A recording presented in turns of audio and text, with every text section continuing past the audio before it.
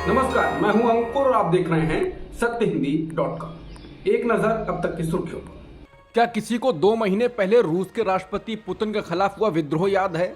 उस विद्रोह की शुरुआत वैगनर चीफ येवगेनी प्रिगोजिन ने की थी। पुतिन के सत्ता में आने के बाद से ये विद्रोह दबाना उनके लिए बहुत बड़ी चुनौती बन गया था। अब विमान हादसे में उन्हीं वैगनर सेना के चीफ येवगेनी प्रिगोजिन की मौत हो गई है। बुधवार को प्लेन क्रैश में 10 लोग मारे गए, लेकिन यह अचानक प्लेन क्रैश कई सवाल खड़े कर रहा है। वैगनर चीफ को पुतिन ने दुश्मन नंबर 1 घोषित कर रखा था। जिस तरह से अमेरिका और यूक्रेन प्रतिक्रिया दे रहे हैं और सोशल मीडिया पर लोग इस प्लेन क्रैश के पीछे पुतिन का दिमाग बता रहे हैं, लेकिन किसी के पास कोई सबूत या सुराग नहीं है। इसलिए पुतिन को फिलहाल इसका जिम्मेदार नहीं ठहराया जा सकता। दुर्घटना की कई छोटी क्लिप सोशल मीडिया पर आई हैं। मैश और बाजा टेलीग्राम चैनलों द्वारा प्रकाशित वीडियो में जेट को एक अनियंत्रित होकर चक्कर खाते जमीन की ओर गिरते हुए दिखाया गया है। प्लेन के पिछले हिस्से से काला धुआं निकल रहा था। क्लिप से यह स्पष्ट नहीं है कि विमान के किस हिस्से में आग लगी थी।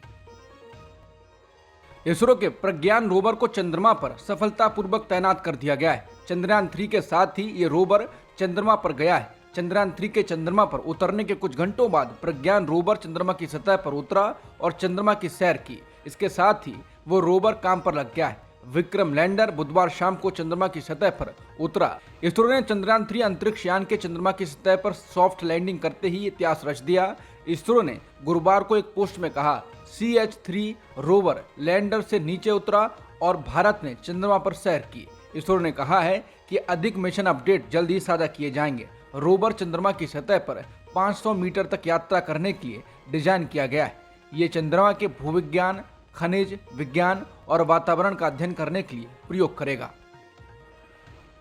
भारत के चंद्रयान 3 के लैंडर ने सफलतापूर्वक चांद के दक्षिणी ध्रुव में सॉफ्ट लैंडिंग कर ली है। इसके बाद अंतर्राष्ट्रीय मीडिया ने इसको काफी अच्छी तरह से लिया है। ब्रिटेन का अखबार द गार्डियन लिखता है कि चांद के दक्षिणी ध्रुव के पास लैंडर उतारकर भारत ने वो कारनामा कर दिखाया है जो अब तक कोई नहीं कर पाया है। अखबार लिखता है कि इसके साथ ही भारत अब एक स्पेस पावर बन गया है। BBC की रिपोर्ट के अनुसार वॉशिंगटन पोस्ट लिखता है कि खोज के लक्ष्य के साथ चांद के दक्षिणी ध्रुव पर गया चंद्रयान का लैंडर अमेरिका की उस कहानी की तरह है जो एक तरह की दौड़ की शुरुआत करता है। अखबार कहता है कि भारत की यह कामयाबी भू राजनीति में एक महत्वपूर्ण क्षण का प्रतीक भी है। द इकोनॉमिस्ट ने कहा है कि भारत का लैंडर न केवल चांद पर उतरा बल्कि उसने यह कारनामा स्टाइल के साथ किया है।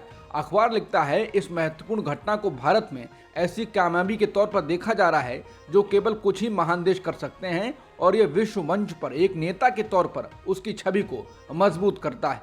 देश में अगले साल चुनाव हैं और मोदी के राष्ट्रवादी संदेश में ये छवि फिट बैठती है। न्यूयॉर्क टाइम्स ने भारत के चंद्रयान 3 को स्पेस अनुसंधान में एक नया अध्याय बताया है। इसी लेख को जापान टाइम्स ने भी छापा है। अखबार लिखता है कि मोदी के कार्यकाल के दौरान भारत में सांप्रदायिक तनाव की कई घटनाएं हुई हैं, लेकिन चंद्रयान 3 की सफलता को लेकर अलग अलग समुदायों के बीच भेदभाव मिटता हुआ दिखाई दिया। मिशन की सफलता के लिए मंदिरों, गुरुद्वारों और मस्जिदों में प्रार्थना सभाएं की गईं। वहीं CNN लिखता है कि चांद के लिए 60 और 70 के दशक के दौरान जो रेस शुरू हुई थी उसके बाद अब एक दूसरी रेस शुरू हो गई है और इसमें भारत अहम शक्ति के रूप में उभर रहा है। चंद्रयान 3 की सफलता पर पाकिस्तान से भी खूब प्रतिक्रियाएं आ रही हैं। BBC की रिपोर्ट के अनुसार पाकिस्तान के लोग अपने मुल्क की सरकार और व्यवस्था को कोस रहे हैं और भारत की इस उपलब्धि की तारीफ कर रहे हैं। कई पाकिस्तानियों का कहना है कि मुल्क बनने के बाद पाकिस्तान अंतरिक्ष के क्षेत्र में भारत से आगे था, लेकिन अब वो काफी पिछड़ गया है। एक स्थानीय शख्स ने समाचार एजेंसी PTI से बातचीत में कहा, इंडिया हमसे थोड़ा नहीं बहुत आगे है। पहले इंडिया हमसे पीछे था। बांग्लादेश को आप देख लें, उनके सैटेलाइट हमसे बहुत आगे हैं। हम लोग बहुत पीछे रह गए हैं। कराची में एक शख्स ने भारत की तारीफ करते हुए BBC से कहा, एक पाकिस्तानी होने के नाते हमें सिखाया गया है कि इंडिया से नफरत करनी चाहिए।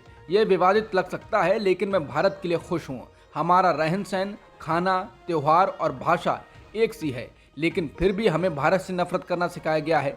एक स्थानीय बुजुर्ग ने PTI से कहा, इंडिया की सैटेलाइट चांद तक तो क्या, मंगल ग्रह तक भी पहुंच सकती है।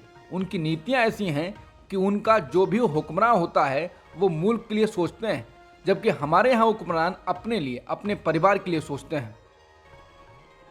कांग्रेस की वरिष्ठ नेता सोनिया गांधी ने चंद्रयान 3 के दक्षिणी ध्रुव पर की गई सॉफ्ट लैंडिंग पर इसरो को बधाई देते हुए एक खत लिखा है। उन्होंने इसरो के चेयरमैन एस सोमनाथ को लिखी चिट्ठी में कहा है, मैं आपको बताना चाहती हूं कि कल इसरो की उपलब्धि से मैं बहुत खुश हूं। ये सभी भारतीयों के लिए गर्व का पल है, खासकर नौजवानों के लिए। इसरो की ये बेहतरीन क्षमता दशकों की मेहनत का फल है। बता दें, बुधवार की शाम को चंद्रयान 3 ने चांद के दक्षिणी ध्रुव पर सॉफ्ट लैंडिंग की और अंतरिक्ष विज्ञान की दुनिया में इतिहास रच दिया। हरियाणा के नूंह में 31 जुलाई को भड़की हिंसा में शामिल एक शख्स को जिले में पुलिस के साथ एनकाउंटर के बाद गिरफ्तार कर लिया गया है। पुलिस की गोली उसके पैर में लगने से वो घायल हो गया है। एक हफ्ते से ज्यादा समय में पुलिस और नूंह हिंसा के आरोपियों के बीच ये तीसरा एनकाउंटर है।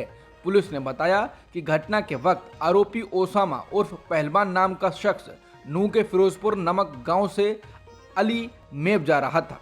उसी दौरान पुलिस ने उसे घेर लिया और पैर में गोली मार दी ताकि वो भाग नहीं सके। आरोपी नूंह में आगजनी के आरोप में वांछित था। नूंह पुलिस ने कहा कि उसे उजीना नहर के पास से गिरफ्तार किया गया। उसे घायल हालत में नरहल मेडिकल कॉलेज में भर्ती कराया गया। पुलिस ने आरोपी के पास से देसी कट्टा और एक मोटरसाइकिल बरामद की। हिमाचल प्रदेश में भारी बारिश का कहर जारी है। गुरुवार सुबह हिमाचल प्रदेश के कुल्लू में भारी बारिश के चलते एक के बाद एक 4 इमारतें पल भर में धराशायी हो गईं। दरअसल कुल्लू के आनी उपमंडल में गुरुवार सुबह 4 मंजिला इमारत समेत कुल 4 घर गिर गए। हालांकि अभी तक इस हादसे में किसी के हताहत होने की कोई खबर नहीं है। इस घटना का एक वीडियो न्यूज एजेंसी एएनआई ने अपने एक्स हैंडल से साझा किया है।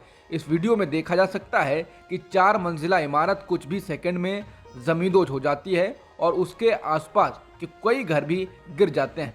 मीडिया में एक शख्स कह रहा है कि घर में कई लोग थे। घटना के बाद राहत बचाव कार्य शुरू कर दिया गया है। हिमाचल सीएम ने कहा है कि कुल्लू से परेशान करने वाली तस्वीरें सामने आ रही हैं। प्रशासन ने 2 दिन पहले ही इन इमारतों को खाली करवा लिया था। अब तक की खबरों में इतना ही। बाकी खबरों के लिए बने रहिए सत्यहिंदी.com के साथ।